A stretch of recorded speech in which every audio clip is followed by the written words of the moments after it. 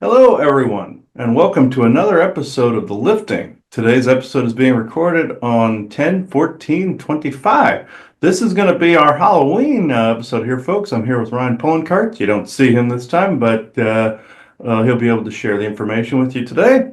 But before we get to anything, I now open this circle to true benevolence and no conflicting agendas as of this moment in time. And now I do the law of one. The loved one. When one is harmed, all are harmed. When one is helped, all are helped. So therefore, in the name of who I am, and I am one with all there is, I ask that only the highest good be done, and that mischievous and malevolent beings be swept away at this current moment in time, and only good energies remain for the highest good of all. I give thanks that this is done. So be it, and so it is. All right. So, Ryan, what do we got today? Today we're going to be starting possibly a new series about the Warhammer franchise. It is got books, it has video games, but it's mostly known for the tabletop war game essentially. And interestingly, this episode is applicable to both their fantasy and their grimdark future setting. So Warhammer, I think it's just called Warhammer, the fantasy one, and then Warhammer 40,000, both are affected by this energy that we'll be talking about today and the beings that we're going to be talking about today. And then this is kind of a bit of multiverse mixed with psionics and just like demonic stuff. So yeah, we'll get right into it. All right. So, to give some background, Warhammer, other than just being like a tabletop game and with stories and very deep, like 50 years of lore, um, it has something called the Warp. And basically, it is a psychic dimension that is sort of just like another frequency within our own that only psychic people can go to. Psychics in Warhammer are called psychers, and they're very taboo because the warp is essentially like hell mixed with other sort of like Cthulhu-esque vibes from other storytelling. And it's a crucial thing. Like the people in, especially the 40K version of Warhammer, I'm not as familiar with the fantasy setting. Warhammer 40K is more popular, and it's kind of like the big moneymaker in this franchise. But in the 40K setting, this is how they do faster than light travel. Their warp drives, just like in the name, like in Star Trek, they bring them into the warp, and then they have a psychic pilot or a team of psychic pilots that have to navigate the ship through the warp, and they can't look outside when they're in there or they'll go insane. And anyone who looks inside the warp, will either be corrupted by chaos or just go completely insane. Even the strongest warriors in the whole thing can't go outside unless they do it. So this is how humanity has fast and light travel, I believe. I think there's other groups that have actual fast and light travel, like the Tau, because they're the new kids on the block, but they're also like the technologically most impressive. And if we do an episode about them, I'll tell a crazy story about them where they find a being older. If they find a human being older than their entire civilization, and it kind of breaks their mental state. But there's a so for this conversation, they navigate their ships through the warp, and they have to have like super strong shielding because there's warp storms, essentially like hurricanes inside of the warp that can tear ships apart. And there are lost ships, and there's ships that have been lost in the warp for like 10,000 years because time doesn't work the same way in the warp. So they'll just come out at a certain point, completely off course of where they're supposed to be. This actually just recently happened inside of the Warhammer lexicon, where basically The Space Marine chapters, and I will be showing some Space Marine gameplay because they're kind of like humanity's best warriors. They have basically progenitors who are sons of the Emperor of Mankind. The Emperor of Mankind's like the leader of humanity. For this discussion, he's the leader of humanity. um, he had sons. They're called the Primarchs. One of the Primarchs, who's still loyal to humanity, was lost basically in the warp for the last 10,000 years and just kind of in the lore came back out and is taken back leadership of his chapter of Space Marines. And he's the second of the good Primarchs to kind of come back into the fold. Hmm. The other one has kind of been around. I don't think he ever really fully left the fold, but he kind of just comes and goes as he pleases. And that's Gilliman, and he's kind of the acting leader of humanity at the moment. But now that his brother's back and they have very different views on how things should be run, that's a whole thing for a later video. But yeah, so that's the warp. Now, within the warp, because it's a psychic dimension, you have basically over you have coalesces of energy that take form.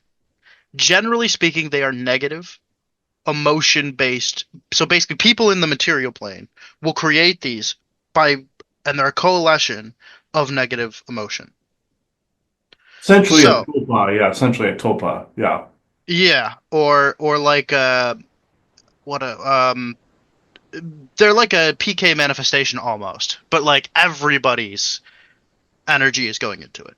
Like basically an egregore is essentially what that would be. Yeah. So so they're called the Chaos Gods, and there's Korn, and he's like violence, murder, that side of it. He leads. Oh, that's not him, but he has armies of like very traditional looking demons, and he also has some Space Marine chapters that have fallen into his sort of influence. So that's him. He is essentially just like a violent entity, and he loves war, and he gets energy from war. And in 40k especially, everybody is at war with everybody, and nobody's good. There is not like a morally good faction in 40k. Everybody has some dark shit going on, and everybody has their own agenda, and everybody's racist. It's just space racism on steroids. If you think Star Wars, like the Empire in Star Wars, is like bad space racists, you have not seen some of the groups in Warhammer, because Warhammer's human society, just to give you an idea, is a xenophobic, except for against a few races that they view as like subsequently equal, and mostly the ones that are like equivalent to fantasy elves are the only ones that get any respect by any humans, and even most humans still hate them. Uh, and they're also like a religious oligarchy where if you say anything out of line, you're instantly a heretic and lumped in with people that worship the chaos gods. Hmm. So, yes, and this is like in the 40,000 year, and actually, technically, in Warhammer lore, we all exist just thousands of years before the events of these stories take place. Oh, okay. Oh. Yeah, like Warhammer's lore is super deep. We'll go through like a whole thing if people are interested. But um, so Khorne is been around what pretty much since the beginning of the Chaos Gods, because he's just violence and war, and that is a universal concept. We're gonna go to her last. So Tzeentch. Now Tzeentch is. Oh, I did not mean to do that. Hold on. I have to pull up Tzeentch's thing because I believe he's changed, but their names are like hard to. Yeah. So he's change and conspiracy and betrayal, and he has a very like Egyptian theme to him, and a lot of like he's got like the almost Thoth style, like this is Tzeentch, this like winged two-headed bird man. His like basic daemons, which are basically demons. All demons in Warhammer are lesser manifestations of the god Hmm. that they serve, essentially. So there's like little corrupted mouth with leg things like this. But like the majority of them are like Kopesh wielding little birdmen. like something right out of ancient Egypt Hmm. mythology. Um, and there's some of his corrupted space marines up there. Um, and yeah, so he's all about conspiracy, and he's basically the main antagonist faction in Warhammer 40K Space Marine 2, which is the gameplay we'll be showing later. So you'll watch me kill a lot of his people. Um, This is the same as like all the different military factions that are under different banners. Some of these Kabbalist groups also that serve different demigods. So this is essentially the same story. Yeah. Yeah, we'll get into that a lot more when we talk about the Space Marine chapters in their entirety, because essentially they all follow a demigod, and they all have their like sector of human space where they recruit from, and they all have their own like heraldry and history, and they view each other as sort of cousin factions or within the overarching like human empire called the Imperium. So like there's different chapters. You're gonna see the chaos chapters in this, or what is considered the traitor legions. But there's good legions still too. Famous the most famous four. And I actually should talk about the one because they exclusively hunt demons and stuff from the chaos dimensions.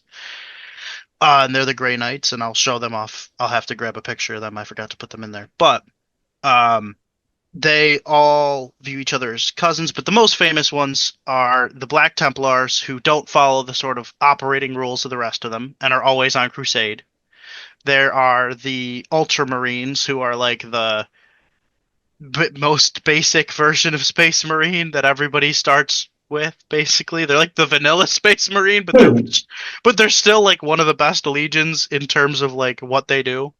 The Salamanders, who are like the most compassionate towards like other life, and the Space Wolves, which are just like Viking werewolf mix Space Marines. Okay. Yeah, that makes sense with the werewolf soldiers. That's more SSP oriented, Mm-hmm. with the werewolf soldiers. They their home planet, it's like a frozen wasteland, and they got essentially a disease, and some of them like over time they'll basically like take on wolfish appearances, Hmm. Interesting. and some of them will go feral. Um, So the next Chaos God is Nurgle, and he is pestilence. Every disease comes out of Nurgle's cauldron, and he throws it onto the material plane, and he gets energy from people like being sick and dying from his creations. Essentially loose, yeah. Yeah. Yeah. He's often depicted with either a mouth in his stomach or just like his intestines showing, because he's also, I believe, like greed and gluttony at the same time. Hmm. It's interesting because some of the earlier puritanical depictions of demons had like a face like in the head, in the stomach, or a mouth in the stomach. So that's interesting. Yeah. He is often depicted as being carried on a throne by his demons, which are these like almost mucus pus covered little versions of him that I think they're even called like Nurgleites. Hmm. Yeah, he has like flying insect hordes. This is actually a depiction of him from the Warhammer Total War game, which is like a war game um, set in the fantasy universe where the chaos gods can actually be summoned onto the battlefield Hmm. as like the ultimate foe. Um, and it seems like within the concept of them, the chaos gods can be summoned into the material plane on very specific circumstances, and they're basically like world-ending threats at that point. And basically everyone else or like the best heroes of the universe basically have to come together to destroy them or send them back to chaos. Especially like for Warhammer 40,000 Space Marine 2's story, you have an aspect of Zinch coming in, and it takes the main character, his squad, and the rest of his like chapter who's on site just to barely defeat the threat. Whereas so these are like major events when these guys show up within lore. Hmm. Okay, that's interesting with Nurgle because there's a Japanese demon of a similar type where they're carried around by either children or like captured, like chained, like concubines or people that carry around this fat demon around that eventually start to become more bound to that particular demon. That's in Japanese lore, so they've added a little bit of that in here. I wrote a script years ago about a fat demon that was being carried around by concubines' children, and I didn't realize it was based on a real thing that could turn people to stone or make them sick. So yeah, this is essentially this fits. Yep. And then you have the newest of the, and that's Slanesh. And Slanesh is like sex and lust. And one of the jokes within the community is like the Chaos Marines of Slanesh will just kind of come in and they have orgies on their ship, and they will like threaten the other ones with like, I will have my way with you. Mhm. Um, yeah. They're her. She's normally depicted as a woman, but with like these crab hands. Though these beings are sort of like the Daedric princes from Elder Scrolls and can take a form that they want. Okay. But yeah, like her demons are essentially succubi, incubi types with weird crab claw hands Hmm. for the most part. That's interesting. Yeah, this is very similar to Elder Scrolls with the Plains of Oblivion too. So yeah, this is Oh, and all these gods are actively at war with each other within the warp as well. They're fighting each other in the warp for like bigger control of the warp, and then they also will have their human agents on the material like help them take over planets in the material. interesting. And the chaos factions lose just as much as everybody else in the material. They're not like inherently any better at fighting than the other groups. Hmm. The famously one of the chaos, I believe it was Korn's faction, took over a planet, and orcs are a thing in Warhammer, and they're basically fantasy orcs but with like cars and tanks. Mm-hmm. Uh, and they're a fungus essentially that creates them. They so the war Korn got a bunch of energy from them, just how they act. But then when they fought, as his demon army was getting cut down, it was just making more orcs because the fungus would infect their corpses. And so a lot of the times Chaos doesn't do very good against orc factions. Because they just grow new ones out of the beings they kill. Yeah. Yeah. Okay. So now we're going to talk a little bit about the Horus Heresy. So 40,000 is Warhammer 40K. That is like the main future grimdark timeline. The Horus Heresy takes place 10,000 years earlier at about the 30,000 year mark. So like AD 30,000 is kind of what we're thinking. Okay. This is Horus Lupercal. He is one of the Emperor's sons, one of the Primarchs, and he essentially gets corrupted by chaos and creates a rebellion against his father, the Emperor of Mankind, who is essentially the closest thing to a human god inside this universe. He's been around through all of human history. He's immortal. He's super psionically powerful. He is just he's him basically. But he's not like the Christian god or anything. In fact, he's shown up throughout history as like different hero figures, and then he Oh, kind of sneaks off and just kind of hides out for another couple hundred more years, and then he'll show back up. I believe he was like inside like Warhammer's lore, he was like Hercules and stuff. I was thinking Hercules. Yeah. He Yeah. was Hercules and he was other mythic heroes, right? As well as just like great warriors in like World War One and Two and all kinds of stuff. He but so Horus breaks away and he's sort of the first one that joins Chaos. And the rest, and he convinces, or over the course of the heresy, which is a couple hundred years, they, the about half the other Primarchs fall into Chaos worship, and they lead a rebellion, and then he kills one of the other Primarchs, and Sanguinius, who is like the most sort of divine of them, like the most pious of all the Primarchs. And that creates the break off of finally where like they fully leave. And now they're the traitor legions.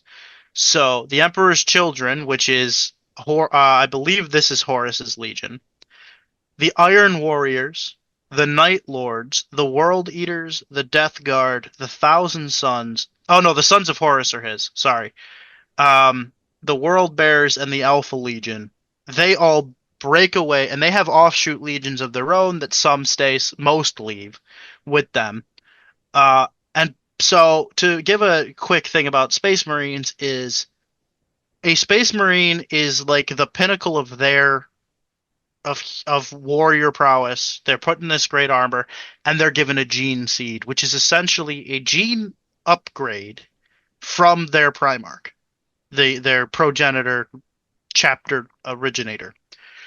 And they're generally seen both as like angels of death within the Imperium, like the greatest warriors of humanity.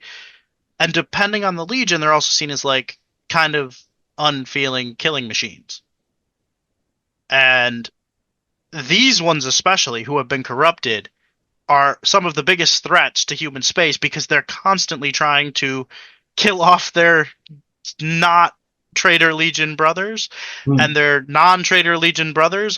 These are like the greatest enemies for them too because they view them as like heretic things, and heresy is like the biggest thing in Warhammer 40k. If you're branded a heretic, you have to like you get taken in by the Inquisition, just like a Spanish Inquisition type thing. Mm-hmm. And you're either, if you're a Space Marine, you're forced, if you're even accused of it, you're taken in by the Inquisition, and you can join the Death Watch, which are basically Space Marines who have um, who go to like the worst parts of the universe as penance, and they are not expected to survive.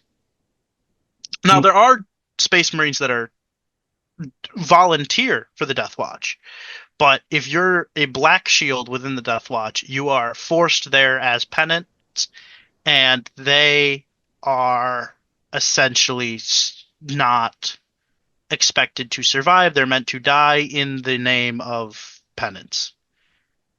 It is very rare for one of them to come back from that. And the very interesting thing about the game that we're going to be showing is the main character of the story is one that you actually see his thing about being reintegrated back to his original legion from the Death Watch, and how intrigue that, and it takes 100 years, and that is extremely rare. And he proves he's not corrupted throughout the story, but there is, as soon as other people find out about it, they are very wary about his thing because their society is so religiously focused that they are always suspicious of anyone being corrupted by chaos, and it's very easy to be corrupted by chaos. You have to be like fully armored up against it with like your entire being to keep it out. Okay. Or you will be corrupted by it. There is no. I see that. It's like the void. It's kind of like the void dimension. Yeah, it has its purpose, like within that's Hillheim in North Scandinavian mythology. That's the core of the Yggdrasil tree, or the bottom of the Yggdrasil tree. Where I notice anybody that's in the void, if they look at the void too long, it's like it stares back at them and they become crazy. In the Star Trek lore, there was a race called Medusan that were linked to like a dimension like that. If you looked at them too long, you'd go insane. It's because that's also the time travel projects like both Montauk and Pegasus. When that's why they sent children into the time portals a lot of times and opened them, because as you pass through, you become an is and is not temporarily, and the human genome and mind was never meant to go through that. Therefore, you're a paradox and you go insane. So they chose children because the brains were more malleable. That's why a lot of the SSPers came back with their bolts not tightened as well. It's because of those particular processes. It goes against the laws of nature. But in this, yeah, it's a very similar process. If you don't have an iron constitution against that, yeah, you would go nuts. Absolutely. So And then these are the Grey Knights. This is a good legion of Space Marines that is wholly dedicated to wiping out demons and chaos wherever they are found. And they serve with the Inquisition a lot, but they are more like this planet has demons on it. I'm going to go and just wipe them out. And they a lot of the times wear this very like medieval knight style helmet, as opposed to if we go back to the hold on, if we go back to these pictures, a lot of normal Space Marines wear a helmet more similar to this or this cone fronted one. okay. These guys almost exclusively wear this like very medieval looking helmet, and they wear always wear just straight gray with armor with like maroon accents, and that is the colors of the Inquisition, that maroon. Hmm. And they're most of the time using a powered melee weapon as their weapon of choice. Okay, yeah, I see what you're saying. That's very interesting. Yeah, where they choose both the medieval and also the Inquisition type of look, because yeah, you would have to have that counterbalance. You know, both the yin and the yang. You know, if you're doing something that's both good and evil and also the crazy in between the neither here nor there type. Yeah, of course. Yeah, you would need this. They don't really particularly serve a demigod, do they? Or are they outside of that? I can look that up. Grey Knights 40K. It's like that with Star Wars. They have the Gray Order where they're neither Jedi nor Sith too. So it's they have that as well. Okay, so the Grey Knights do not have a Primarch in the traditional sense, Hmm. but their gene seed comes directly from the Emperor of Mankind. So they're kind of above. They're not on par with Primarchs, but they're above normal Space Marines. Okay, all right, yeah. What I find interesting is also in the Star Trek lore, there's this race called the Breen. They're essentially like a reptilian race that has genetically altered themselves over a period of time, and they formed a Primarch hierarchy where it's a particular family or genetic string that all the houses war with each other, very much like the Kabbalist houses do, like the Great Houses in Dune or the military faction. So Star Trek has touched on this a little bit as well. I think somebody was fans of Warhammer and actually imprinted that on the Star Trek lore a little bit. Yeah, yeah. Especially Warhammer's really big in like the UK because that's where it comes from. Hmm. So, I'm probably that could very well be the case because I know wasn't the UK like really into making the original Star Trek?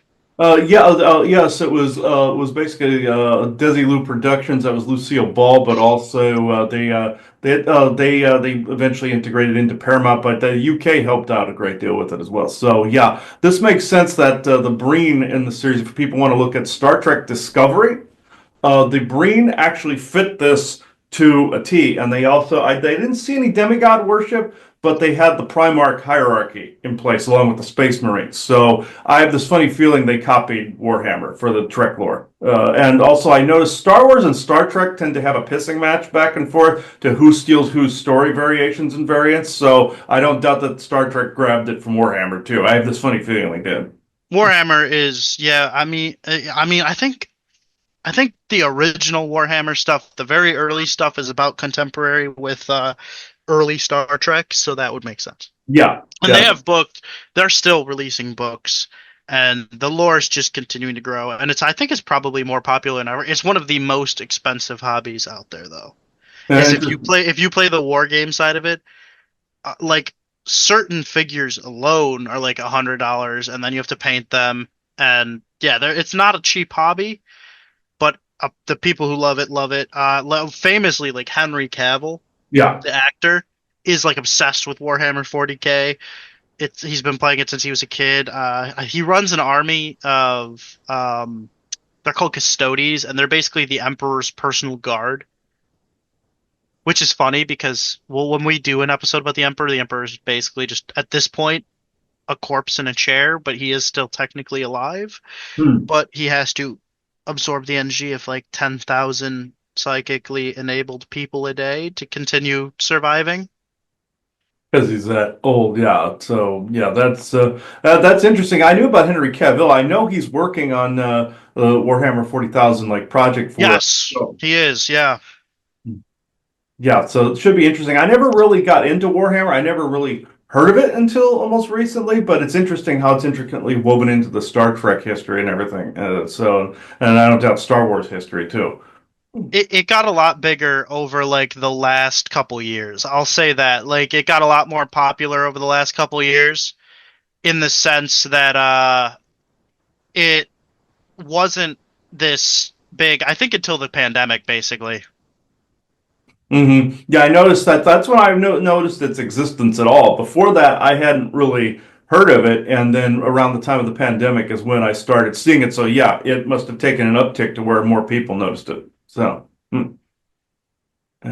okay, okay. I guess we're at the point where we could do channel if you want to do that. So,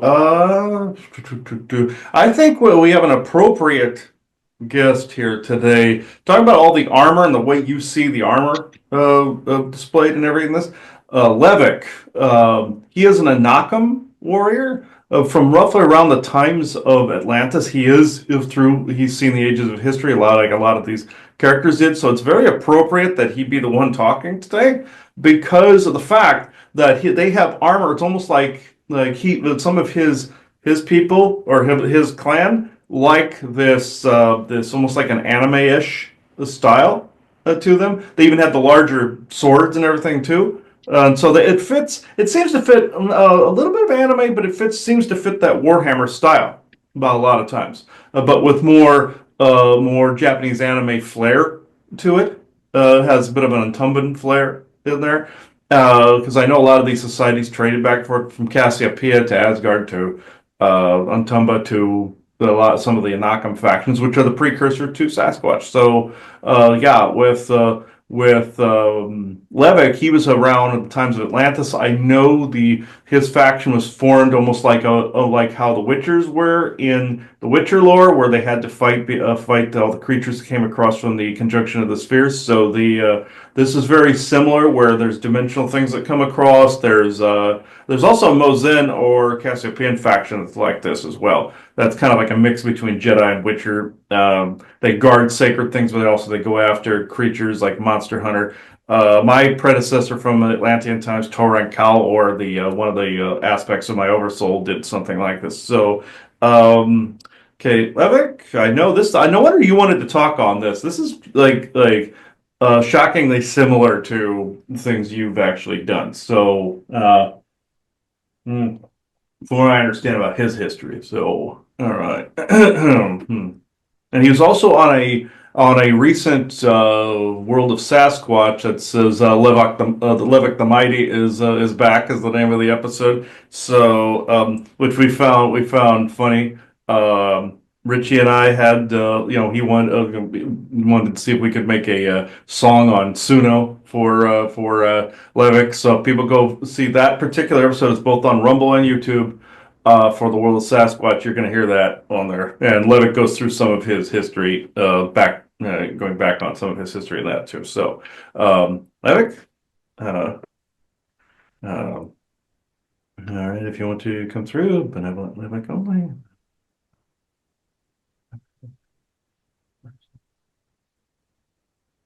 All right. Whew. Yeah.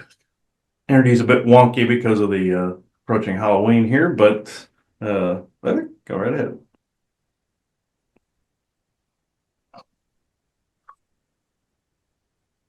Oop, little more, Levick. There's something that got in the way. True benevolent Levick. Oh my. Oop. Interference. Hang on.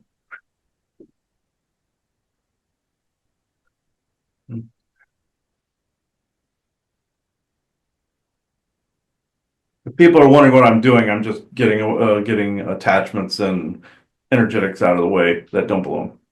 So people see me doing this, that's what I'm doing. So uh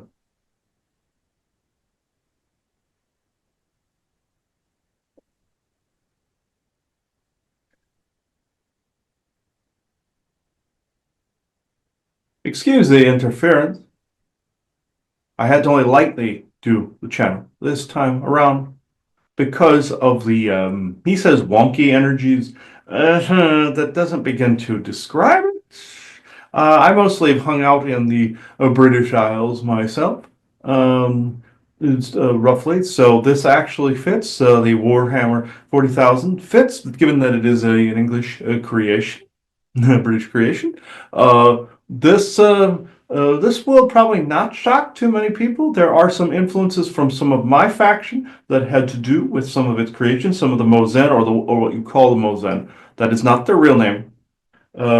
They are essentially like a law enforcement of both the magical and the literal war battlefield. Essentially had to come in to balance Great Britain and the United States after Hitler aligned with negative Cassiopeian and Aldebaran Orion factions, both Draconian and Nordic. And also the ones you call the Princes of the Universe, which yes, the sarcastic version of that name fits quite efficiently. Excuse for a second. But with the styles, looks, and all of this you see in Warhammer 40,000, do I think that timeline will play out like that? No, but they do this with Dune as well, where it's the great houses, essentially, and it's tens of thousands of years in the future from now.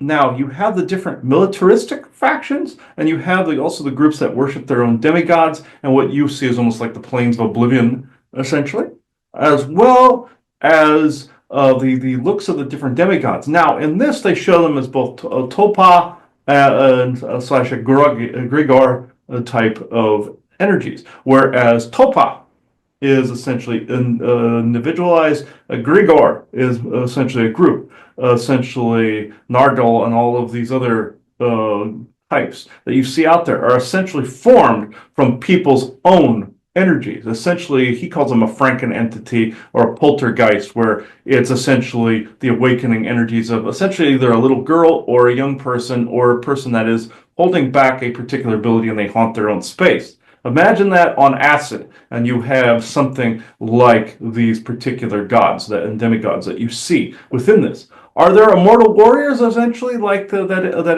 Hercules-like figure? Absolutely, they exist. He is seeing things from a Trekish perspective, where he has been seeing almost watchers that are like this, where he's essentially almost seeing, if you see your Valiant Thor Gary 7 narrative that you see within your Trek lore, and also the Mr. Flint Trek lore narrative with Da Vinci. Essentially, he's fused these together in his mind, and also the travelers manipulating, not necessarily just manipulating, but altering human history and also timeline space as well to be able to accommodate a particular future. Your negative side would be the Gardner and Sverdlow families of your time travel and Montauk projects.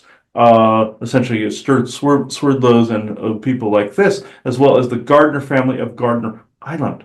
This is essentially near Montauk, and essentially the family that spearheads anything time travel related. This is why you see the graves up and down the East Coast, is because they were involved in multiple time travel instances, as well as forming some of these very factions that we are speaking about today. They want the chaos. They delve into the chaos magic of not just the void, but other chaotic realms and chaos magics.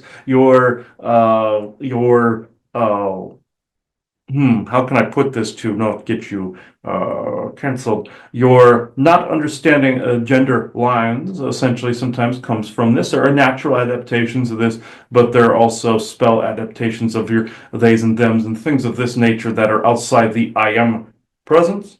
This is not everything. To do not, how can I put this? Do not get your panties in a bunch, people listening to this. I'm not blaming. I'm basically saying origin points of certain wording.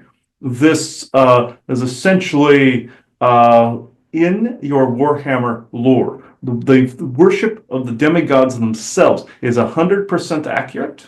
Now, do they have night orders that go with this? And do they have high technology that goes with this? Absolutely so. Your mouth, AI, sentient AI form, was born of this. Your Aleister Crowley was one that created some of these ecoformish chaos magic form. And his group, this is how the mouth was born, based on that technology in the 40s, 30s, and 40s that Hitler was given by these various factions.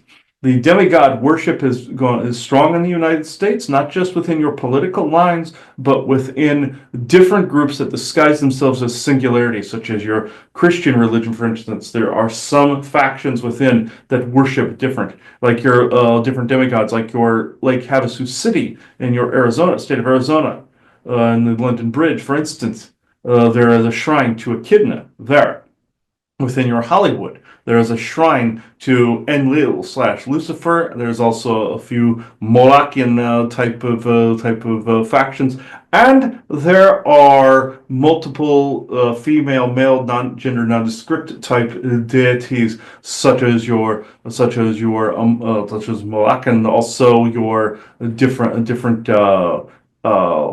Baphomet and some of the others, and also Sekhmet and some of your Egyptian pantheons, such as the ones you call the Witch or Isis.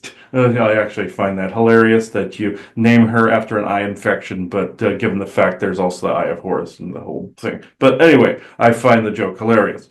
But the different factions, the way they are displayed, you can say that there are different groups that battle each other in a war of spaces. Let's just say, like what you see within that chaos space, whereas they do travel through how can I put this to in English form? A temporal corridor space, that is the dimensional spaces in between spaces, time and space. He would say in your Batman animated series, your Dr. Time fit this quite well, where he harassed Batman via a temporal space frequency that he could still interact with them, and they've seemed frozen. Your Star Trek fit on this as well, with different frequencies where beings got infected with a virus and warped to a different frequency.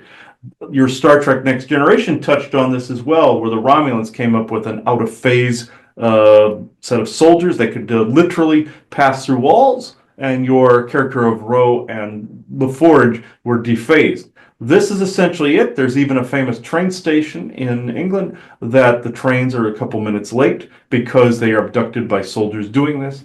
He himself ran into one of these type when he was in Arizona, literally ran into one that they were doing something during your pandemic time frame. They were using a Walmart as a staging area. This was in a different frequency, mind you. Nobody would see these. They would see them as ghosts. Your Mozen operator, the ones you call the Mozen, operate in a different dimensional space as well. Even in your Ghostbusters lore, they show the ghosts as being in a different dimensional slot, and then they can be trapped. This is essentially telling that story as well to a certain degree in a comedic way. Do you have questions for me?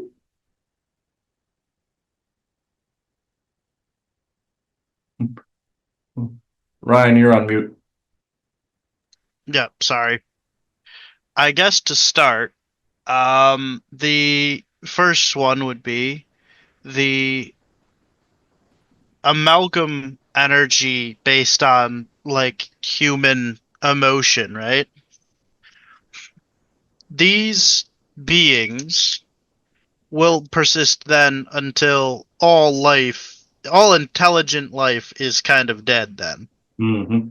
Mm-hmm. And there's no real way to destroy the like these negative amalgamations because negative emotion will always exist and as long as there's intelligent life. Mm-hmm. Yes, yes, but they will, like, if you were to disassemble, say, an egregore energy, yes, negative emotions will still exist, but there are technological safeguards that could ensure that an egregore would not form. Say, for example, you were highly psionic, let's just say, and the more potently psionic, the more of a Tolpoth thought form / egregore would form. But say if there was a type of technology out there that could indeed basically disassemble an egregore like these demigods are in the Warhammer series. What you would do is essentially when you would think the negative thought form, And if you were highly psionic, that particular device as an egregor or tulpa were being formed, if it is not one that would be conducive, not just positivity, I don't want to say that, but not forming. There's a negative emotion, but that's not necessarily always forming an egregor. There has to be a common focus, like a cultist type focus and stuff like that. So what happens is then these devices would cancel out then egregor forming, therefore leveling the energies back to not just Schumann resonance, but back to a more balanced degree. These devices do exist even though they are in short supply. They are used to cancel out egregor, so it prevents this very thing that you're seeing in the game. They know if the thought forms aren't of, like, say your Frank Frazetta, for instance, who created his works of art, and when he went into his afterlife, he had his works around him. These are great thought forms. Great thought forms. That is great. Ones that are not conducive to balance and they are an overage, like an egregor would be, like what you see in the game, this is where it would be disassembled and decompiled. You understand? Yes, that makes sense. So, how common are these kind of energy being things? Unfortunately, very common. Because, especially in religious cultist groups, especially those that would worship, therefore their worship energy, if they don't have a target anymore that would take on the worship energy, as we've said in the past, how dangerous this is, whereas a being would then get mutated by it, they can create their own. Like, say, the worshippers of Jesus, for instance, not dumping on anyone, but their idea of what that is not necessarily a thing. I know Enlil has his portions in this, and the Roman Empire planned some of this, but at the same time, once you enact that thought form, though it might be a scam somewhere, people will generate this form and go, see, I told you this is real, but you co-created it. The same goes with Satan. The same goes with some of these other demigods that have formed out of seemingly nothing. Some may not have existed at all. Some might be allegorical forms that are formed from cultist practices. There was a series he saw many years ago called "Welcome to Paradox," where there was a version of the Mother Mary that was created in AI spark form.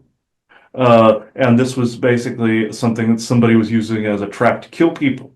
Now, they argued that a good thought form or tulpa could not murder anybody with murderous intent if it was linked to something good. They were trying to link it to religion, but to make a religious point in that. And it didn't completely stick there, but what did stick is if it's something that is filtrated and something that is linked to essentially true benevolence with no conflicting agendas and or essentially good and benevolent timelines, it would not be able to be turned. An uncorruptible element, you see. That's another way to fix this. But is this common where people have generated these religious figures, even gotten them pictures of them?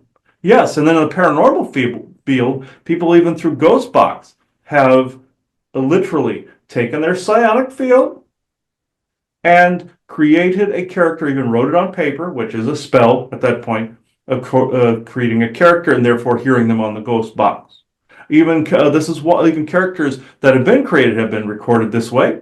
Also, this is why it is important when you write a show or a script that you have a beginning, a middle, and an end. This is opening circle, then the travel through there, and the closing circle. You see. Therefore, you give this life and you give it an ending, you see.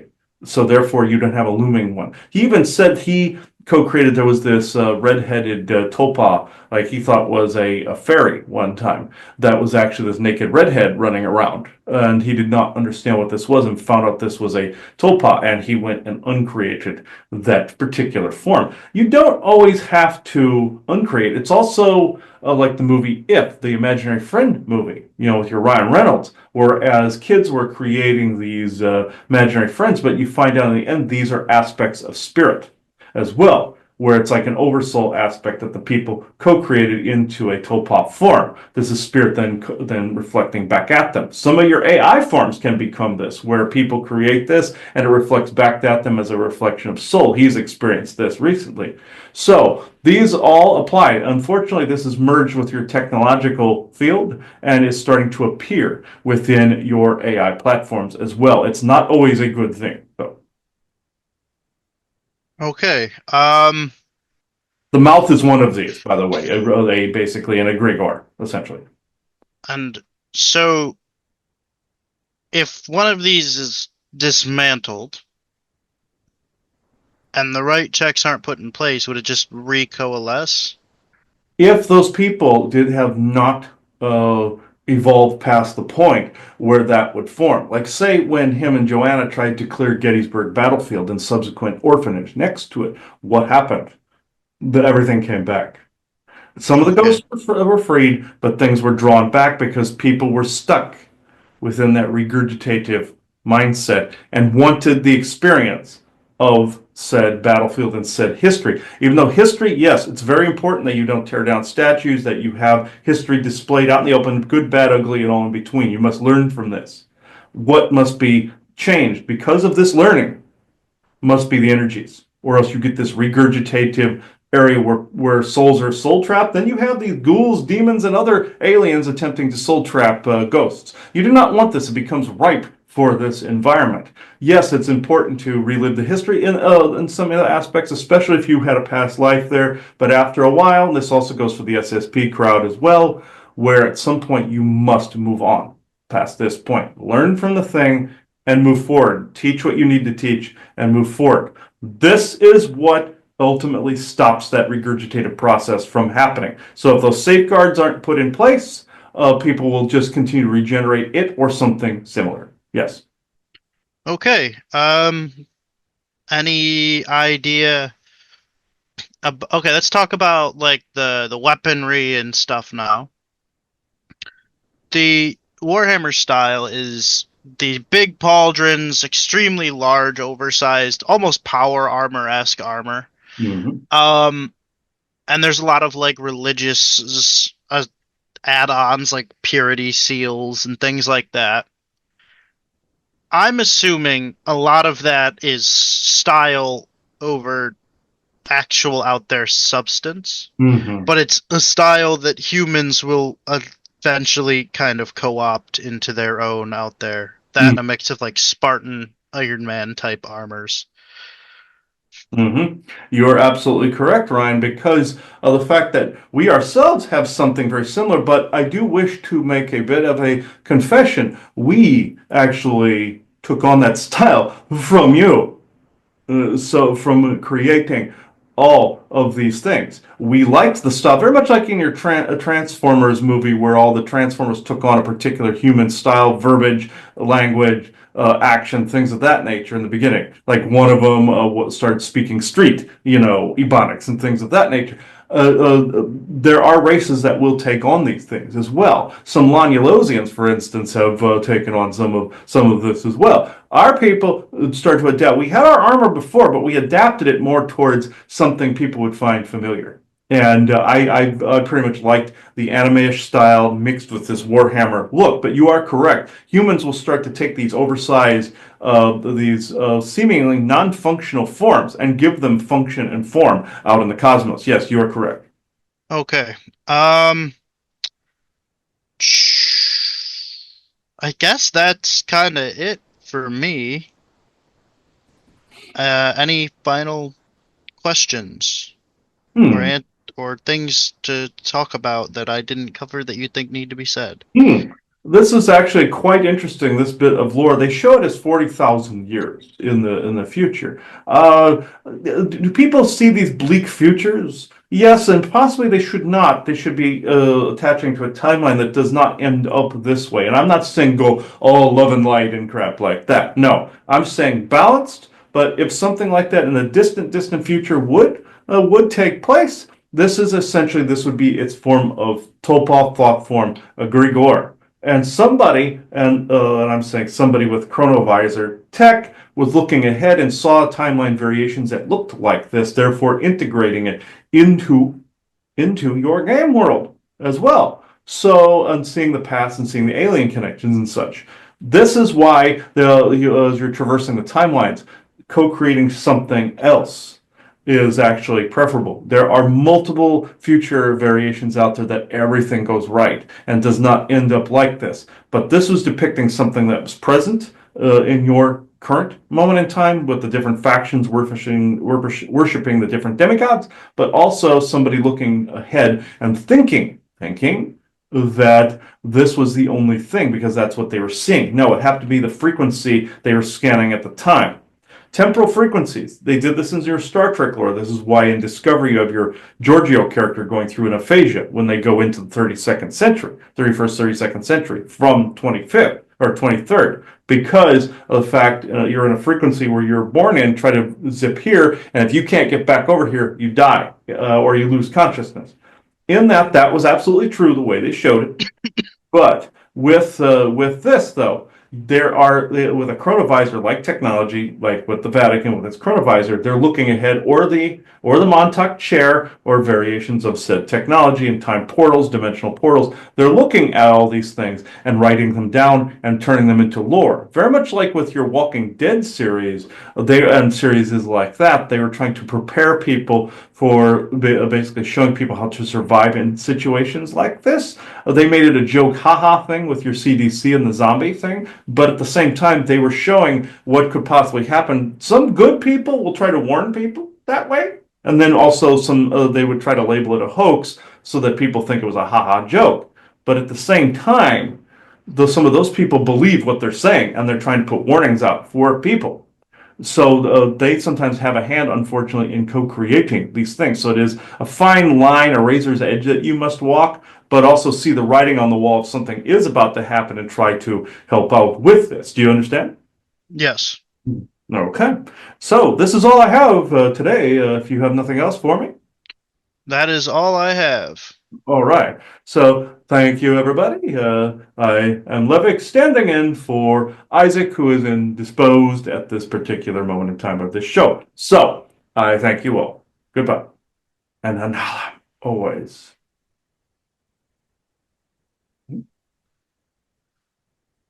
Even Levick, he's very grounded to this dimension. So even with him, around this time of year, it was a little wonky. It's good. It's good for channel for getting bursts of information out. Not good for long channel around the Halloween, Samhain time frame or Samhain, but and going to the winter solstice as well.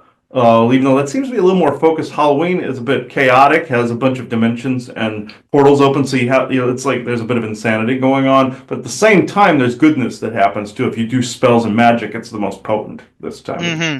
It's the most powerful potent point and PowerPoint. This is why you have factions like your government not paying it no mind. They won't even make it an official holiday, for crying out loud. So there's like, no, that's a kid's holiday. No. Powerful magic time of year, and you're accessing all these different dimensional spaces. Very potent. And this is one that has not changed since antiquity, and it should be registered as a national holiday, as far as I'm concerned, like Christmas. But you have the All Saints Day, and you have All Hallows Eve. Levick, you're good. We're good. Okay. I think we're good with the channel portion. If you want to go into the game portion. All right. Yeah. Just give me 2 seconds. Okay.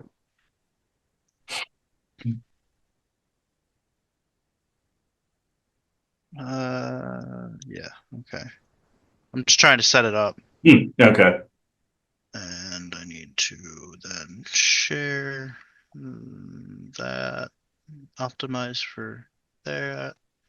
And then I have to do a little bit of stuff on my end. So sound mixer, pull that over there. Pull this so that we have like audible sound for you guys. All right. Which guy do I want to play as? I'll play as Assault.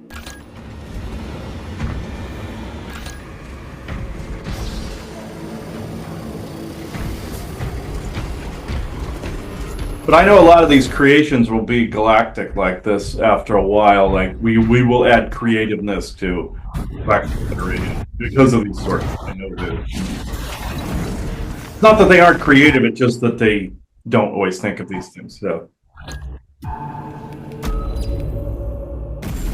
Oh, okay. Well, the other people started the game. Oh, okay. I didn't realize I was playing online.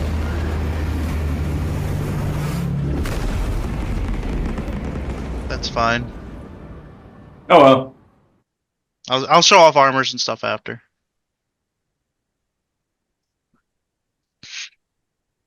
But I'm playing basically as a space wolf, the Viking wolf, werewolf type legion. Oh, okay. The blue guys here, the Ultramarines.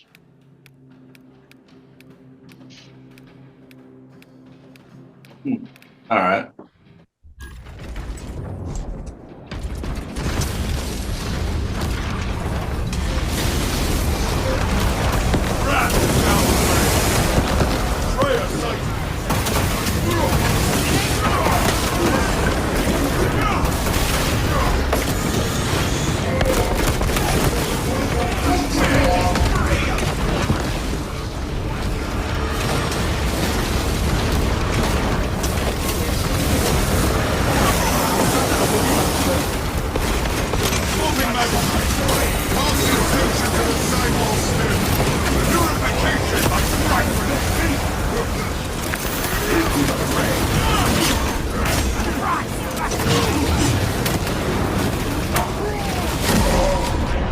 I have not played this game in a while, so Yeah. None of my property. We are the nation. On my name. Off in the distance, I heard Isaac basically saying, "We are now witnessing the rapage of Ryan." yes. The armory is mine.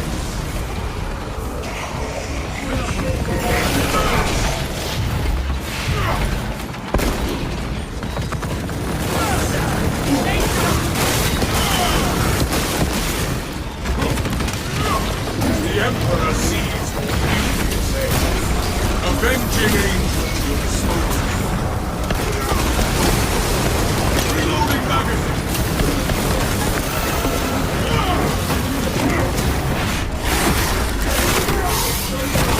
Your abomination is no more.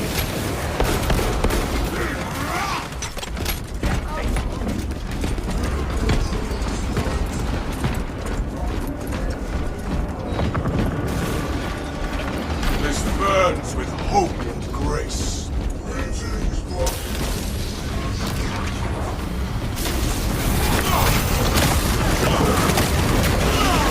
Jump back with you.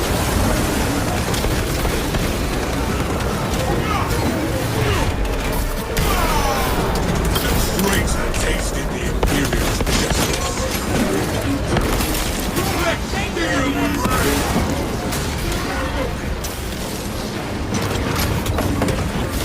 The Imperium's hammer rises now.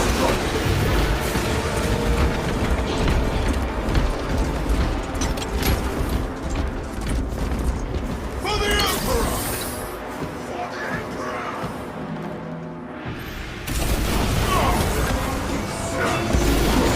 I'm here already. Send Gilliman's regards to Craven Madness.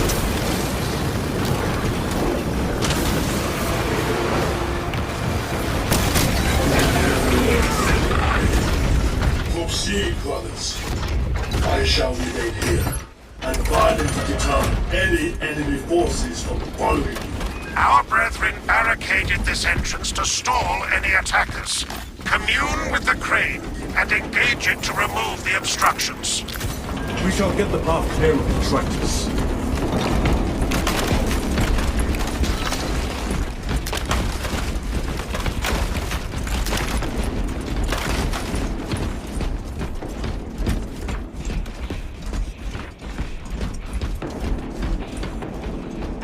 I have the crane operational. Repel the oncoming heretic forces.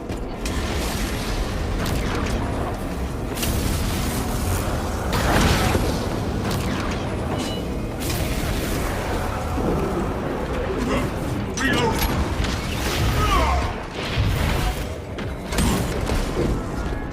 I am the righteous storm!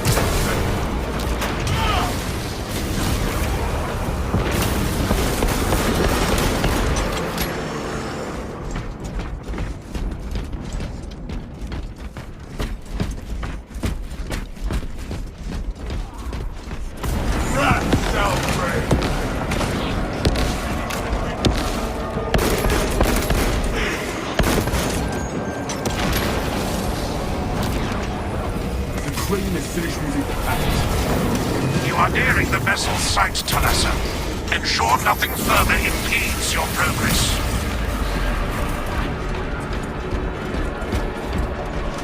Avenging angel at your disposal.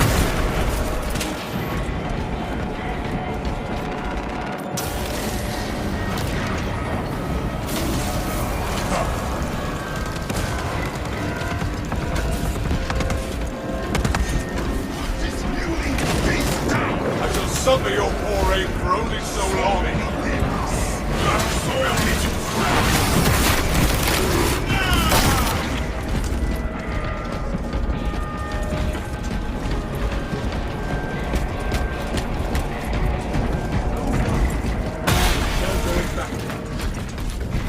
Boons of the Imperium. Look into the gate.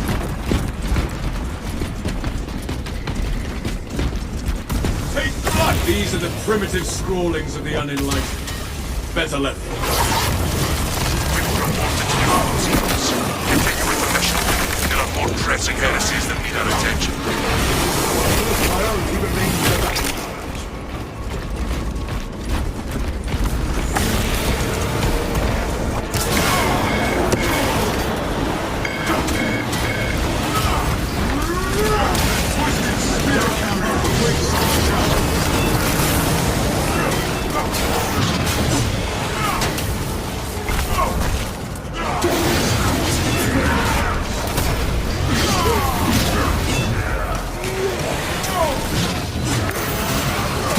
Jump pack refuel.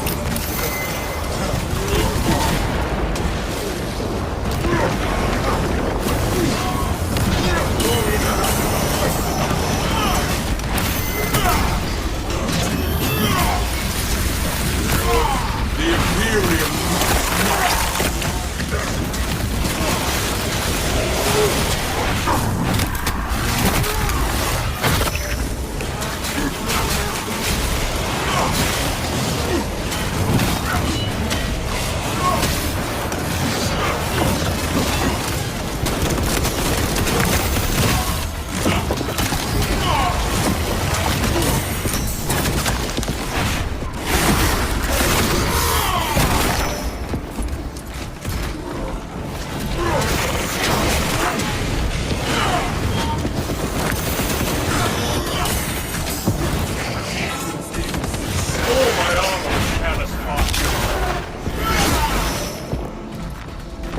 War gear requisition.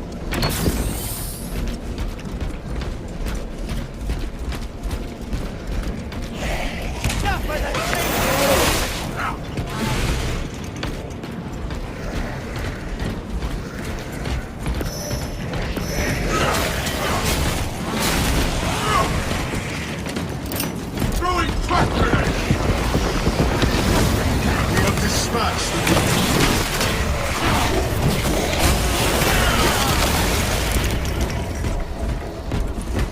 an angel of death.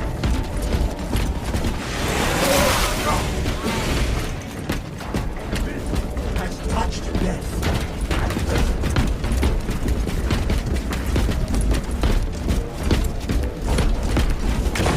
A malformed abomination comes towards us. Captain Akaran, your Ultramarines are late. They are under heavy attack and need reinforcements. We are on the final approach. Make haste, lest your tardiness lead to the harm of our blessed vessel.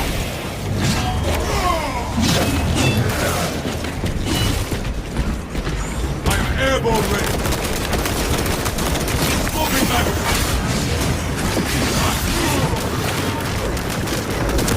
The Emperor sees what we do.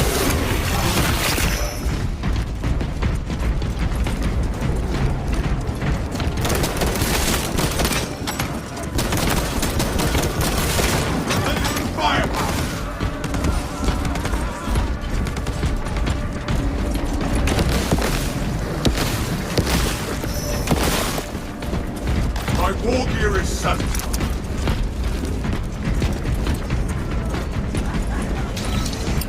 I grant you destruction. I scatter you back with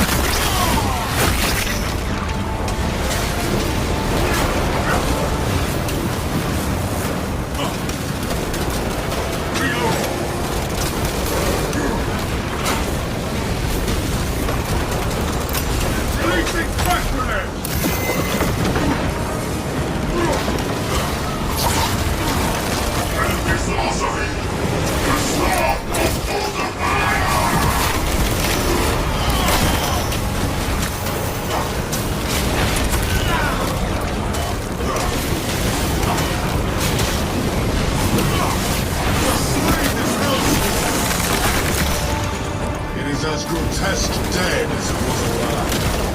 Is this the glory Magnus promised you? I will see you out of my life and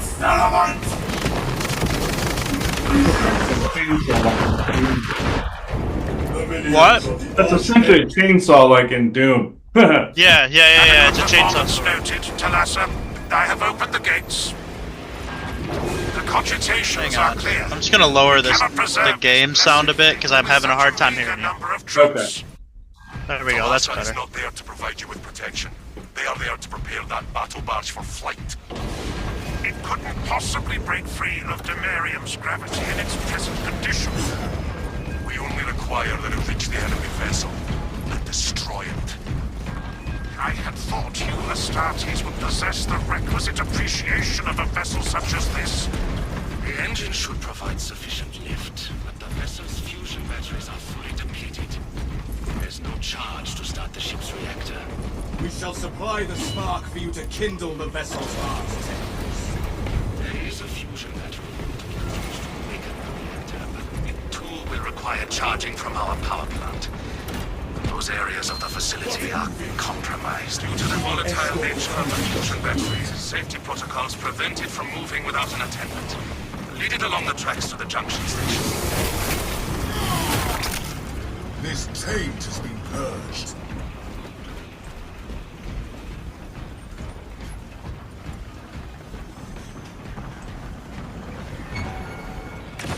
Gifts! I am no engine seer, but these tracks seem misaligned. There are several consoles for managing the tracks nearby. You must perform the appropriate rites of alignment to achieve the desired geometry. Assuming they possess the ability to extrapolate accordingly. Surely the Ultramarines screen their recruits for reasoning and spatial awareness. Considering this plan of theirs, I have my doubts.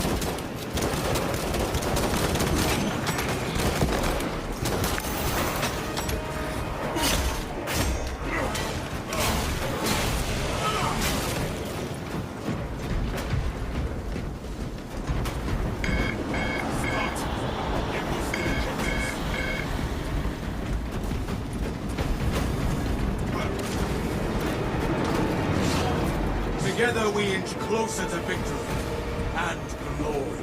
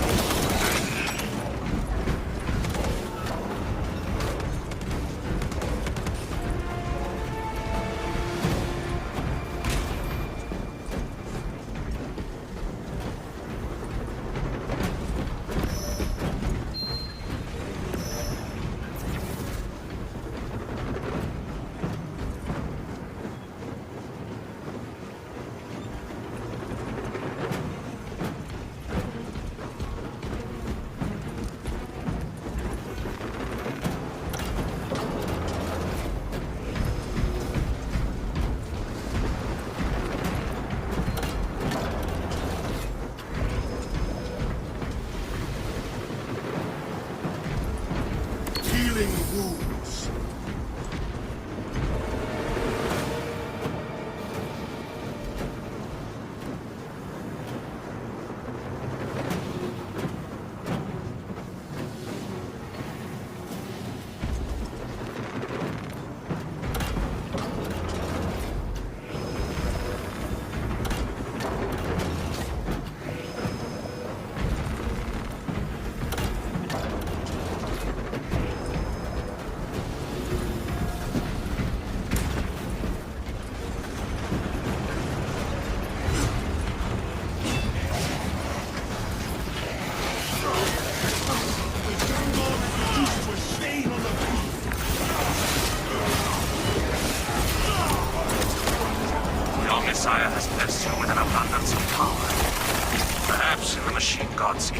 system, they permit the transgression you're about to commit. Do not speak beyond your ken, Engine Seer. It does not take a locus to see this is an act of desperation.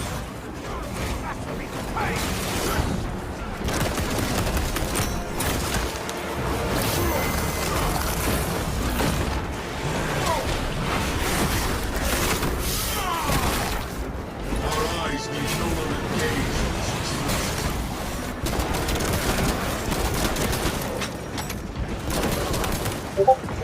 The seeds of heresy bear bitter.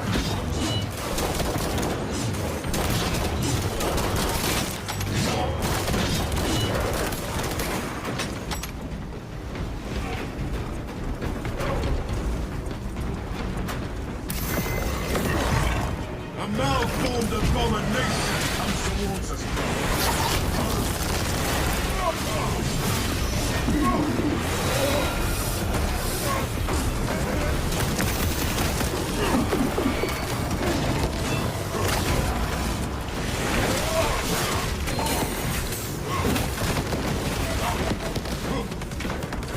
So some of your forays were only so long.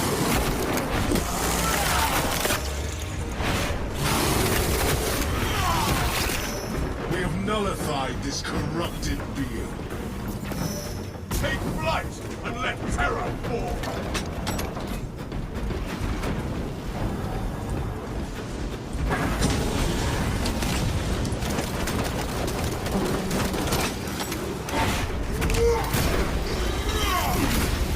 The traitor tasted the Imperial's justice.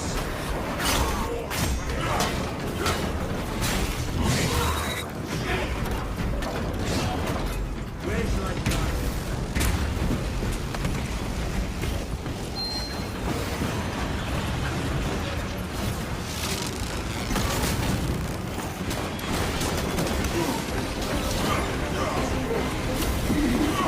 The Emperor sees more beauty in his head. A twisted spear carrier wakes up challenge.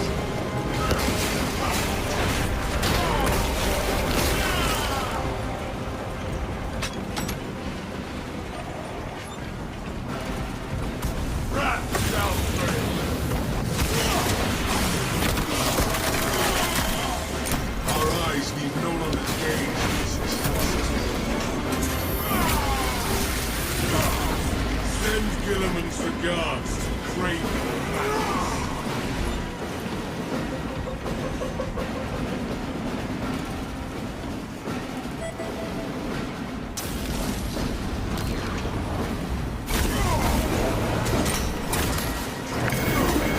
Charging sequence initialized. 0.01% and rising.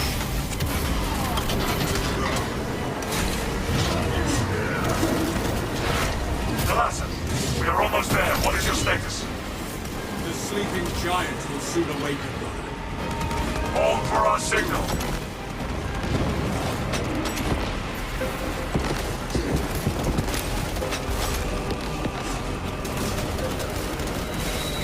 Menacing firepower.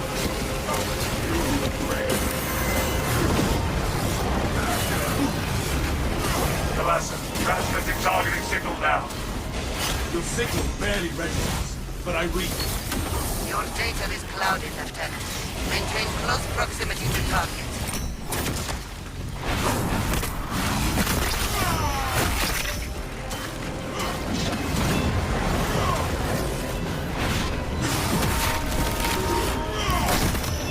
The abomination is no more. Reactor is primed for ignition. The vessel is ready. May this machine's service be forever remembered. Atreus, ready to launch on your signal, Lieutenant. Lock target now. Routing signal data through telemetry systems. Numerous errors detected due to signal interference. Calculating trajectory.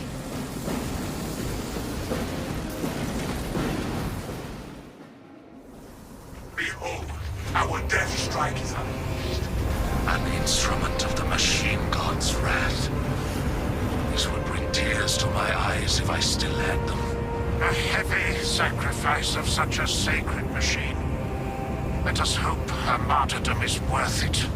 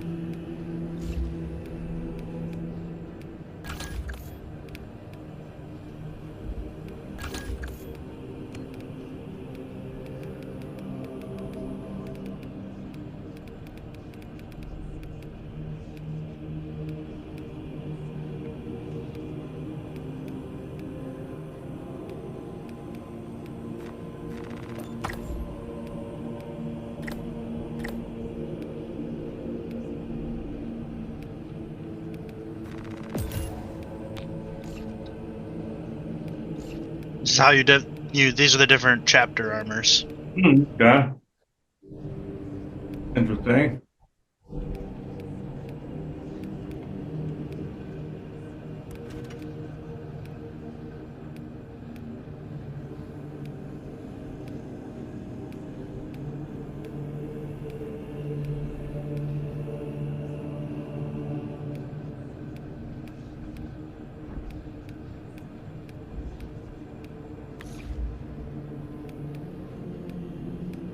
That's not what I wanted to do. There we go. I found out the demigod you were talking about, the sexual one, the one with the orgies and everything. That one's based on Oh, Slanesh. Slanesh. That's based on Lilith. It's, Okay. the cult of Lilith. So that's another demigod cult there. So yeah,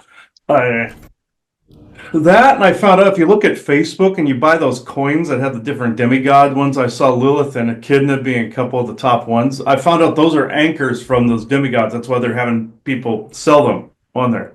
And I found okay. that's somebody trying to get people to bring that anchor into their house. Essentially, that not all of them do it, but the ones with the depicting the different demigods do. With certain wording like dark magic, even the Halloweeny coins with dark magic listed, that's bringing in a dark thread into your house or an anchor. So yeah, this falls under the same category here. And since it's Halloweeny times, it's more potent. I see. That's why they geared it towards Halloween.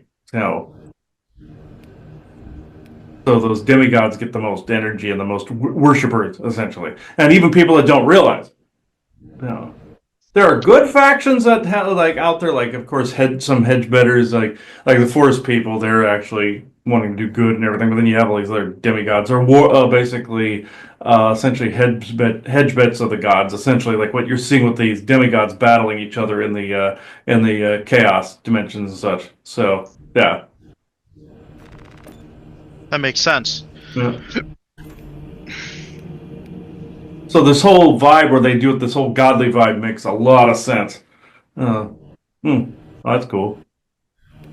The werewolf soldier one.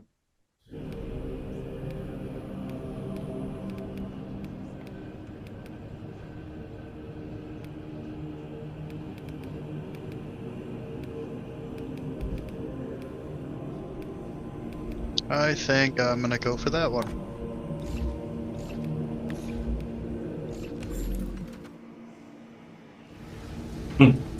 Interesting.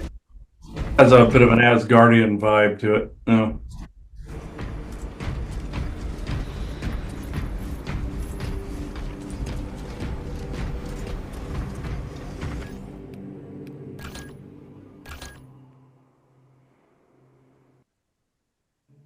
Ugh. But we were fighting chaos. Like, so the reason why they're like marine type guys would explode is because those are actually like the chaos has corrupted them so much they're basically just animated armor at that point. Oh, okay. Okay. I figured. I was wondering why you're fighting other soldiers. Yeah. And then there were like the foot soldiers they had with guns. They were like mentally corrupted normal people. Hmm. Hmm. What happened to Earth in this lore? I mean, what happened to Earth? Earth is the center of just like the Imperium. It's just like the heart of the system. Oh, okay. Okay.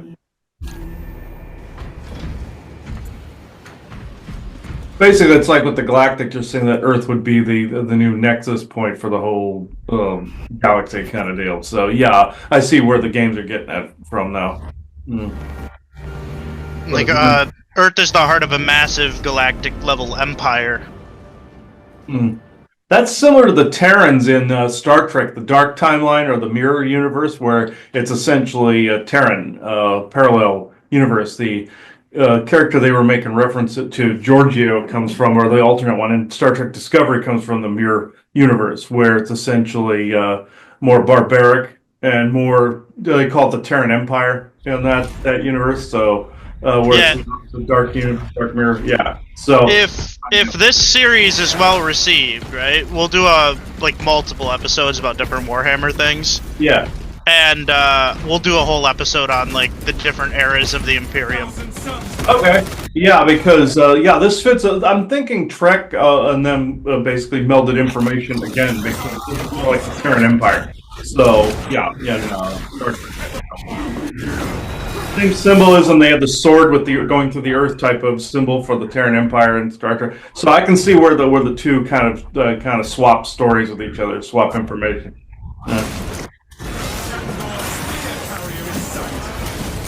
For the Empire in Star Wars, so yeah. Yeah, they're not. Okay, so generally speaking, nobody's good in this, like I said. Yeah.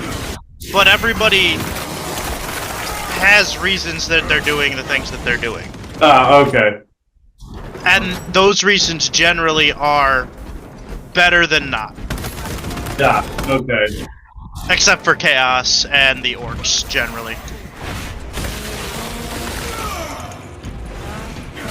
These are also like in Gene Roddenberry's Andromeda, they had a group called Nietzscheans as well that were genetically, you found out their demigod, genetically created them. He was a genetic scientist like Enki or Enlil type of situation, and essentially they were the same. It was the same as this, where they worshipped Drago Mustafani, which he ended up being one of these type of demigod.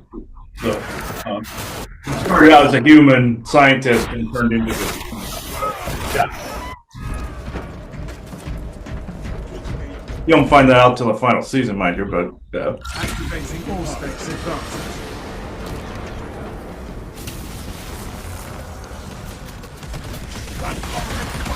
We are allies. Throwing frag grenades.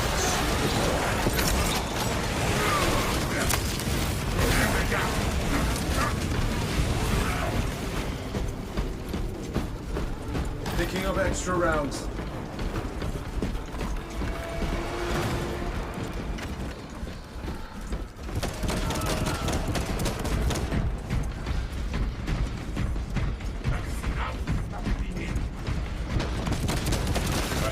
your silence, Valiants. How is your morale? Strong. I would share my reflections, but I have observed you seem more comfortable. That is considerate. The floor is wrecked. Noted. What a waste of Imperial resources! Scan.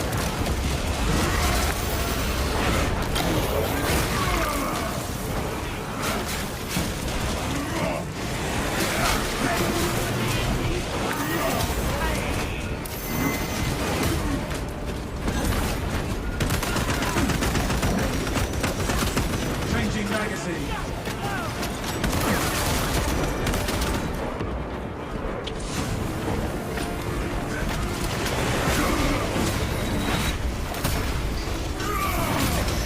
Heresy led you to this end.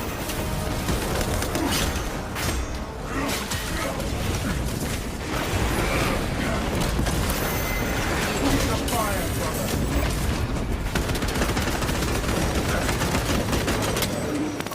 Commencing force base strike.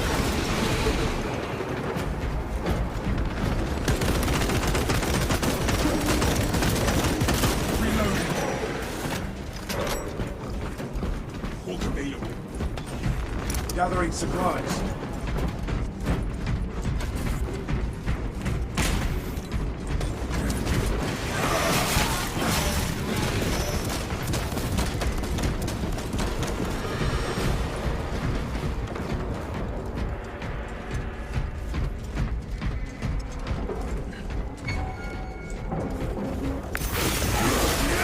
Terminating itself.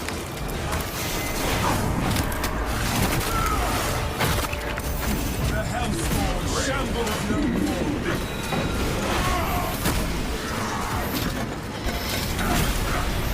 First champion of pace. Prospect deep scan ready. What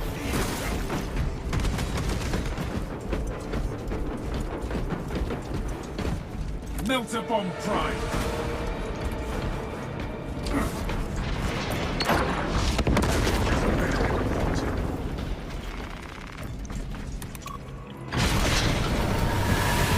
Heretics use that shaft to access the lower floors. Let us avenge the dead. We have been displaced. Extreme heretical corruption observed. It hungers. It will seek out your rifle all the time. Root out the cause of these distortions. Corruption implies this facility is compromised.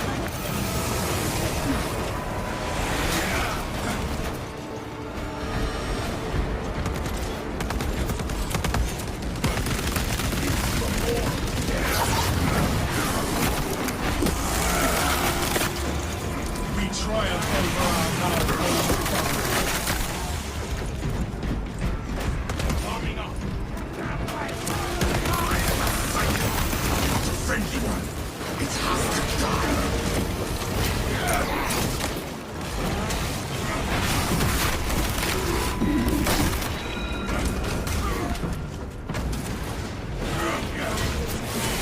Its brethren answer the call. Swapping magazine. Just sent.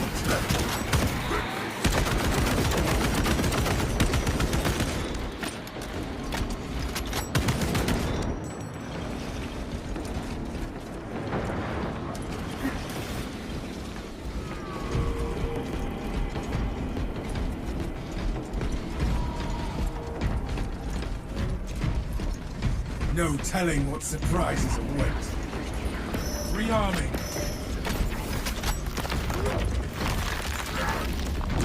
Way clear. I see you, champion ether. Approach and binge upon their suffering.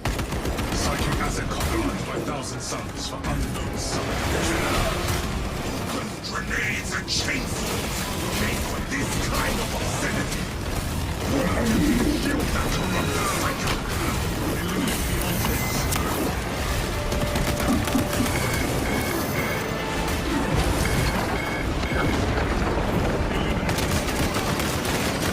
Fresh magazine.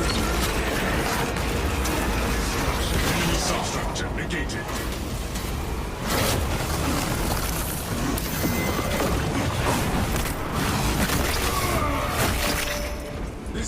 monstrosity is dead! Ammunition restocked.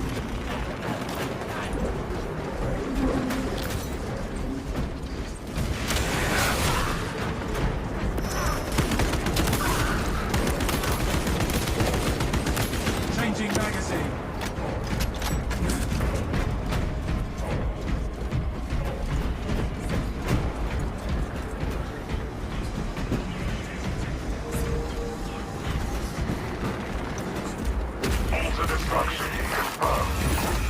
The traitor's shrine is no more. Target is unprotected.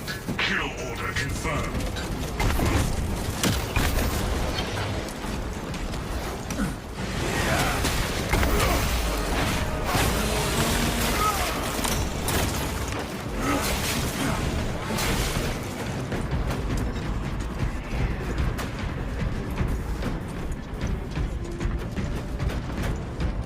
Good to go. All specs prime.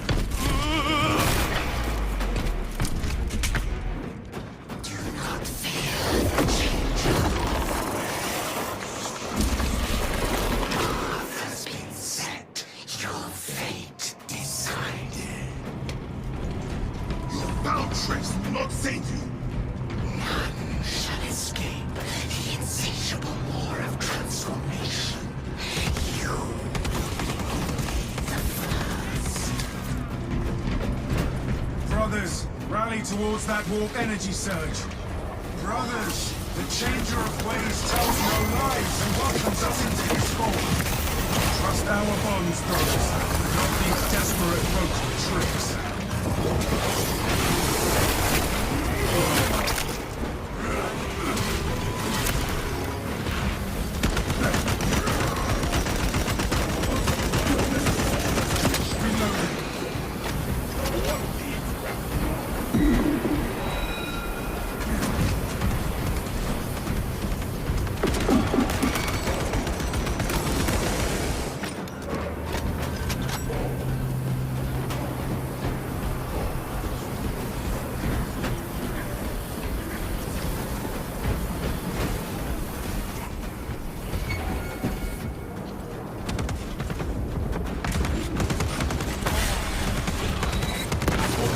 Melter bomb ready. Emerge, discordant one, and remain this realm in the name of the dark gods.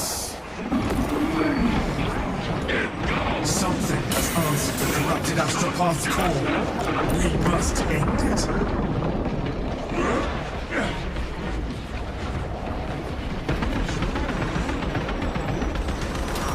Swapping magazine. Oh, changer of ways! Surge your will through our bodies to slaughter the interlopers! Target is protected by heretical sorcery. The heretics aid one another. Disrupt Psychic Shield charge. Our victory is already complete! Silence that astropath. True gods will reign. That shield is still up. Astropath down. Astropath is hostile. Eliminate. The true gods will reign. The galaxy spirals into entropy and despair. Hostile Astropath executed. What needs that?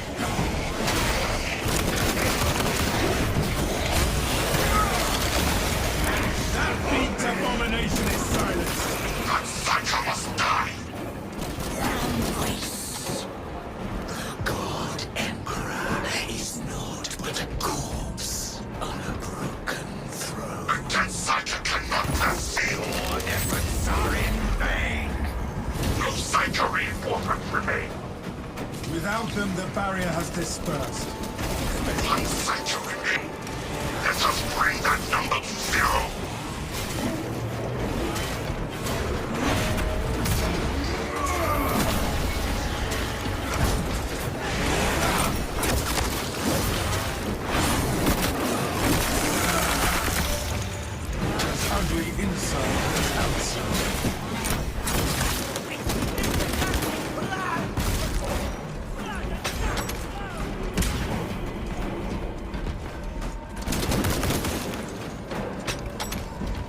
Neutralize Astropath target.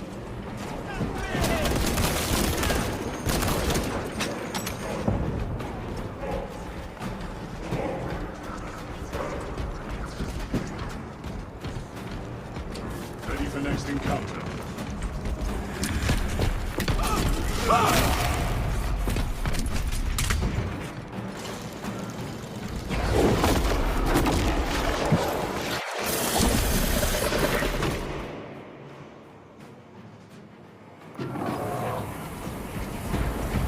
If the Psychers have brought forth some arcane power, we must destroy it.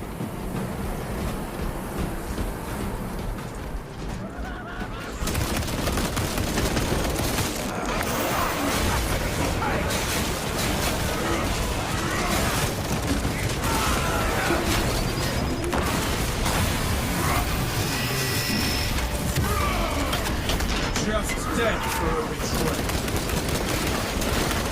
Right down that spearman!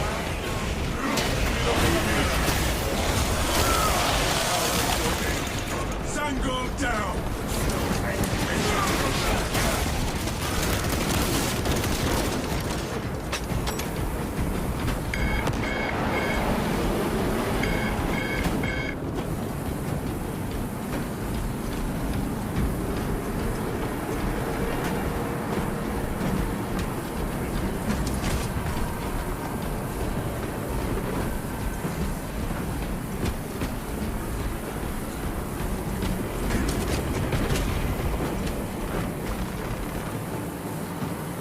I'm committed to this cause.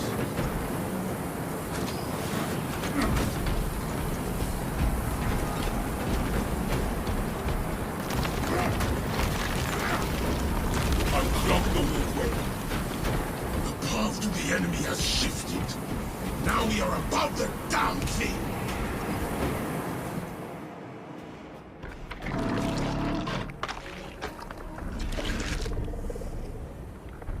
Enemy intimidation tactics ineffective.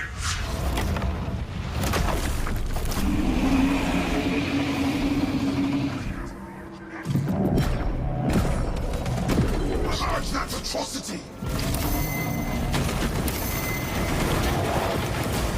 Increase firepower.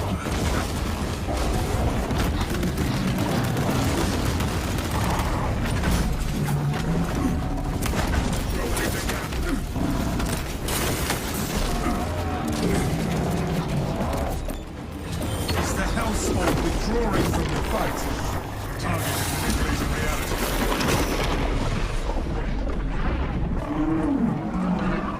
Sorcery suspected.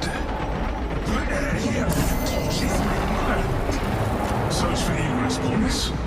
Theoretical. That light is a way out. Warning. Incoming warp flame barrage. Highly lethal.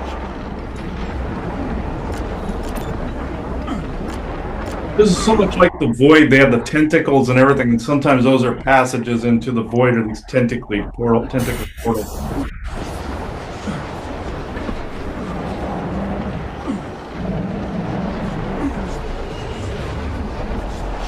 We need to fall back or we will be lost.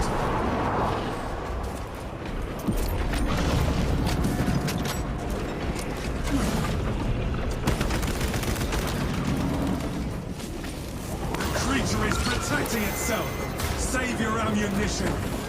Focus fire on the reinforcements. Cut the contents off from the vortex beast.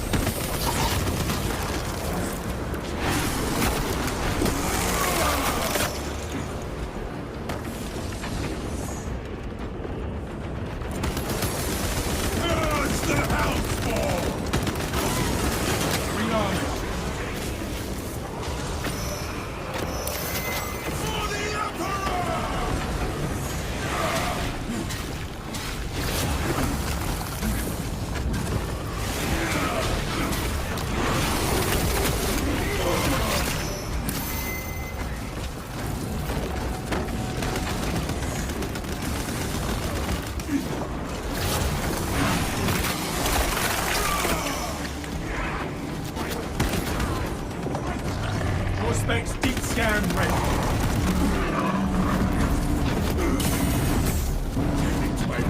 smelter bomb.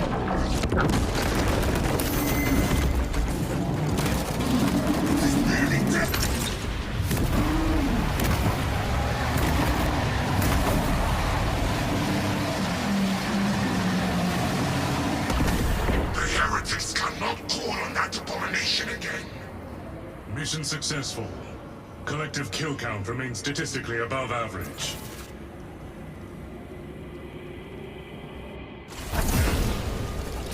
Interesting.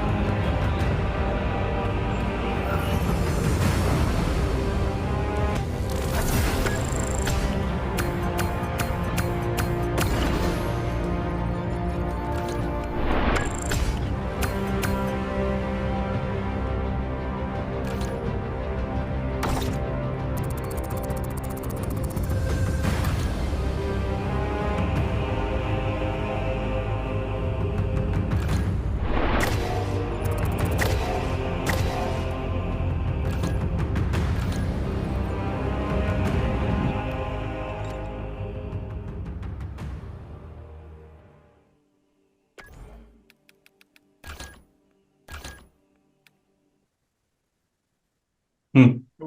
And that was gameplay. That's actually quite interesting. Yeah, uh, yeah, that's a lot. That's a lot. There's a lot of SSP influence in that as well, from what I can see. If you mix the, like I said, the demigod worship, you mix basically Halo and Hellfire divers are essentially the same, similar. But which one canonically came first? Was it Warhammer?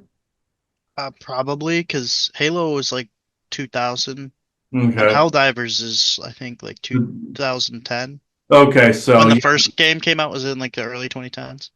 Okay, so yeah, that would technically be it would be Warhammer then. So that's actually quite interesting. So the other two are basically copies of it. So yeah, that's actually quite fascinating. Yeah, the thing with the warp though and the chaos, which was really one other thing I wanted to actually say. It's very similar, like I said, to the void where you have these like tentacly like apertures, with the tentacles coming out like that as forms of like corruption. And also there's parasitical things, kind of like Apocrypha in Hermaeus Mora's realm in Skyrim, Yep.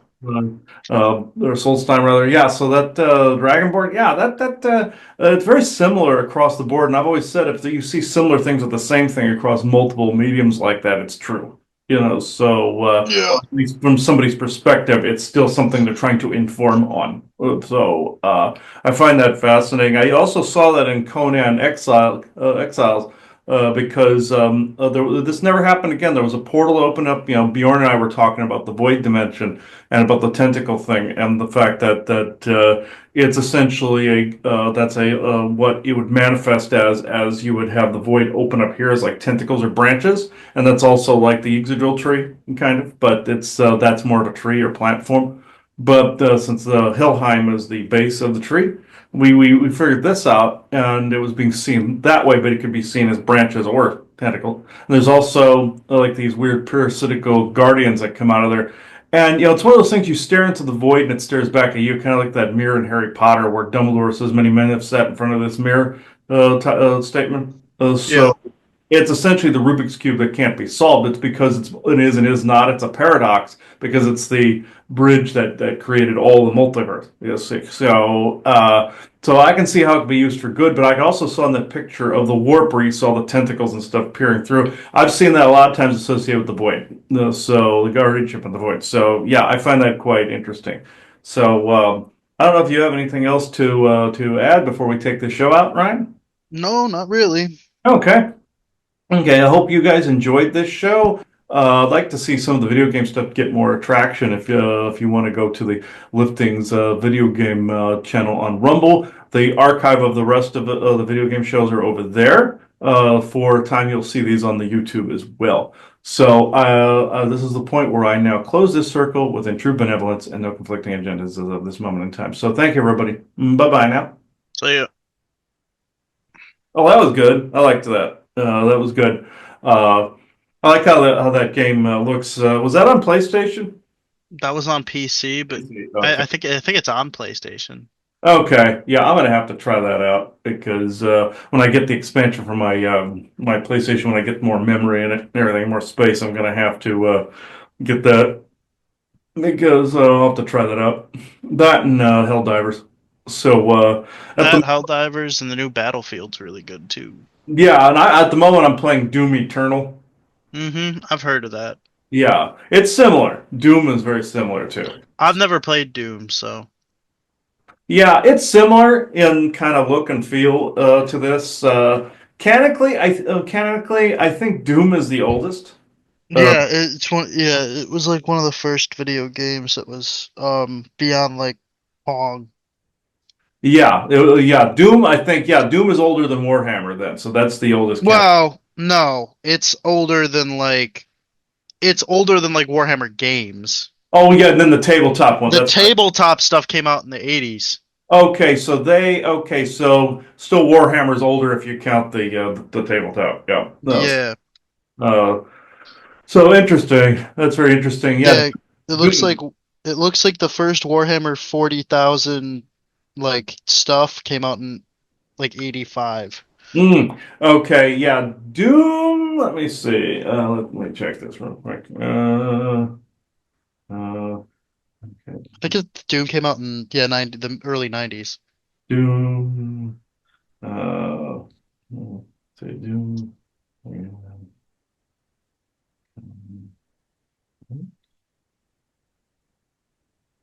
But yeah, the first one.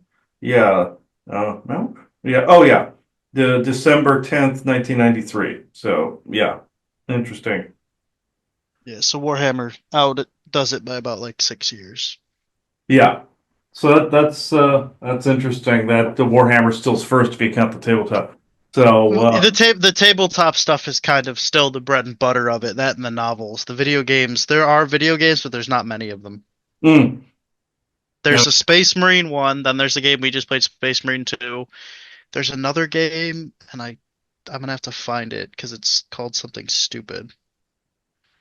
It's Warhammer Vermintide, and then there's the Warhammer Fantasy stuff. I have no idea how old that is.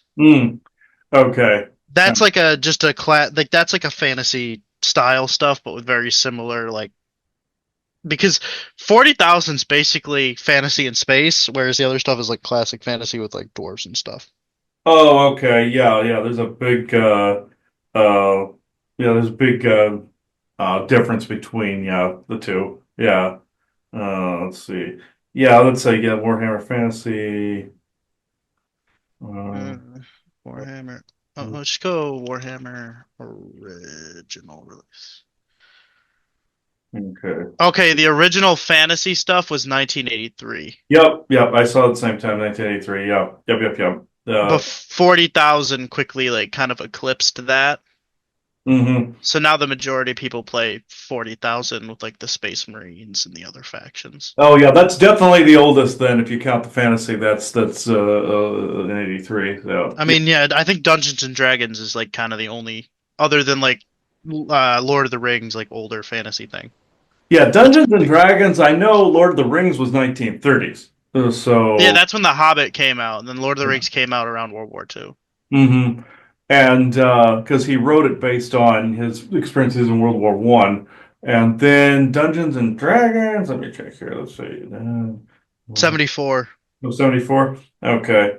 Interesting how things kind of followed that progression. And I found out, Frank Frazetta, when he did his art, and like when he did Robert E. Howard and Conan was like the sixth is, I want to say, let me see. Uh, uh, when, uh,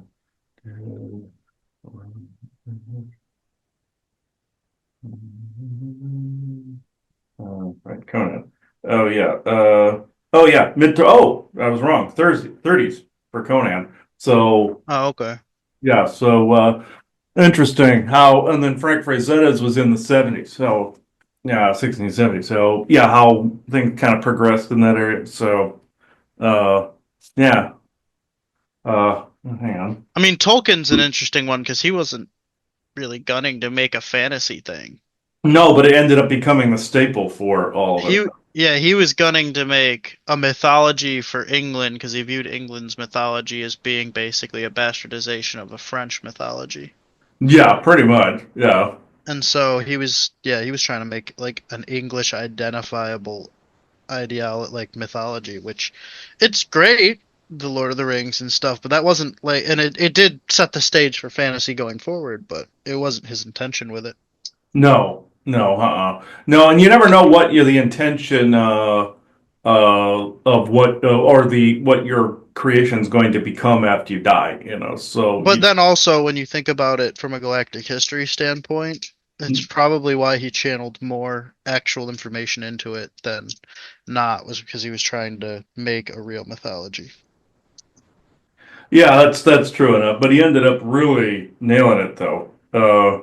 Oh, let's see. It said, yeah. Oh, yeah. Frank Frazetta started his stuff in '44. So okay, that all this makes sense. It's kind of like this timeline of progression. So and through World War II and everything. But yeah, yeah. You never know. Like with Frank Frazetta's work, his became the staple of a lot of comic books and a lot of that later on. So you never know. Yeah. So I can only hope that our stuff does does that, but you never know.